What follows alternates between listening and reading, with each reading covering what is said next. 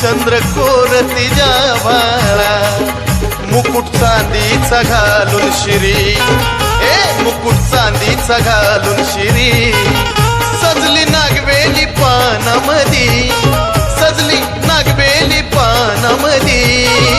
दर्शन भक्ताला देती माझी माय दर्शन भक्ताला देती